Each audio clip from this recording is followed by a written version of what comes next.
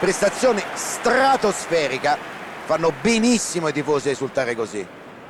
Diaz è stato giustamente votato come migliore in campo.